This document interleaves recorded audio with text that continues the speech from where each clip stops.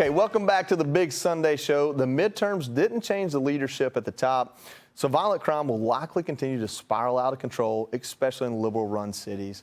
And here's just one example of things staying the same.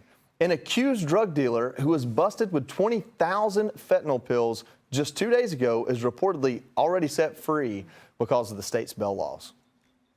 To support our men and women in law enforcement. Many of the issues that we were campaigning on, they don't just go away the day after an election. We're not going anywhere. We have to work even harder. And in California, the Tehama County sheriff is forced to stop all daytime patrols due to a staffing shortage. Not enough cops. That county has a violent crime rate higher than nearly 97% of the country. We've got a Facebook post here where the deputy himself kind of pointed the finger. Let's read this. It's saying, "We have spoken to the board for several years and warned them that staffing levels are too low. Rather than take swift and decisive action, they have delayed and allowed too many good employees to leave." I looked at this, and Tommy, I'll go to you first. So they lost 20 employees this year. I don't know what the police department's numbers are, but 20 employees is a lot for tens of thousands of departments across the country. Their pay right now is like $50,000 to $62,000. The county next door is $82,000 base pay. And so some of this is maybe less about what the politics are of the political leaders and more about police departments are struggling to keep up.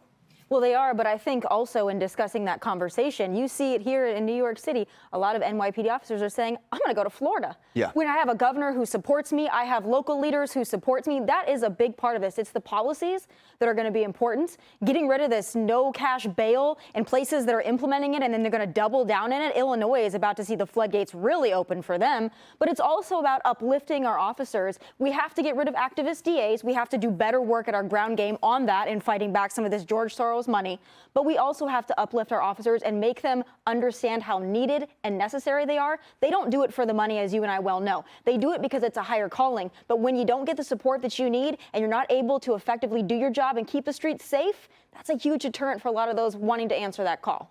You know, Charlie, where this pointed my mind was Republicans did such a good job, Glenn Youngkin, wink, wink, in connecting county school boards to national issues. Yep. And have we maybe missed the boat here on connecting these local issues like local sheriff's departments, local county commissioners, DAs to national issues? Well, that's always the magic of politics, is to take an issue the way Glenn Youngkin did in parental control in their children's education and make that the issue and define it, which, of course, Republicans broadly, nationally, failed to do this time.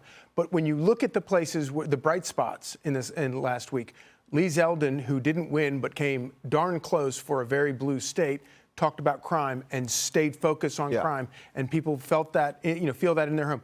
J.D. Vance talked about the fentanyl coming across the border, talked about illegal immigration, made it very localized, kept it local but very dramatic. Ron DeSantis talking about the border. These issues, if you can localize them and prosecute the case as brilliantly as Ron DeSantis, Lee Zeldin, or J.D. Vance did, that's how you win. And Republicans will have another shot at all of these because these issues are not getting better on their own. They're going to get worse. And because it appears to be there's going to be none of this pent-up frustration is going to be released this time. It's going to be released next time.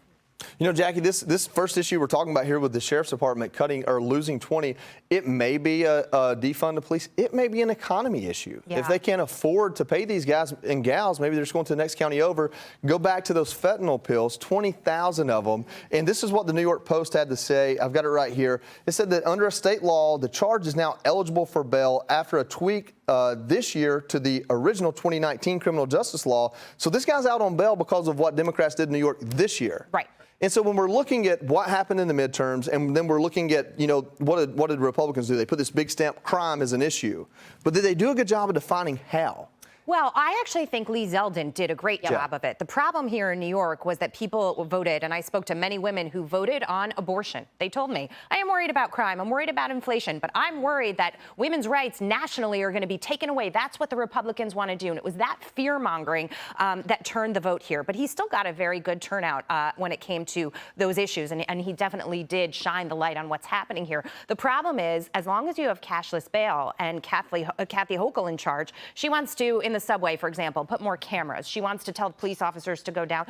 As long as you have cashless bail and you're not changing the policies of what's happening in this city, none of those things are deterrents. Everybody has iPhones, and there are plenty of cameras down there, and you can see the video. Nobody cares. They go down and they commit these crimes. So that's part of the issue. And then with the officers, I also think it's a huge morale issue here. Their hands have been tied behind their back, and so they feel they're powerless. And I think a lot of people are leaving the force in droves, as you said, going to other states or retiring altogether because they just don't want to be a part of it anymore. Right. So we have to suffer now. The one issue here that all of this still touches that we haven't brought up in this segment is the border. And so how is it, Charlie, I'll just go right back to you on this.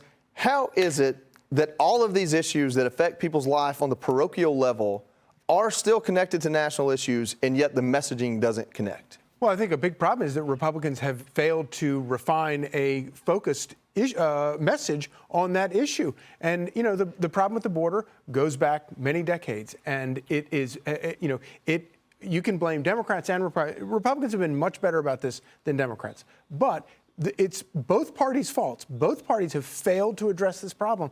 And in 2016, when Donald Trump came along and said, this is the most important issue, both parties freaked out and said he was wrong, and he was right. And it's what peeled off Democrat voters to join the Trump. And I'll also say, in terms of messaging, who was the only Republican that had a winning message at the border? Donald Trump, because it was simple. Build the wall.